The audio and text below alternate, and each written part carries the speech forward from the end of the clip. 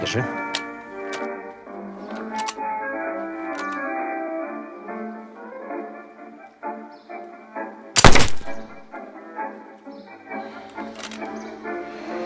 Вот это правильно, хватит деньги на ветер швырять.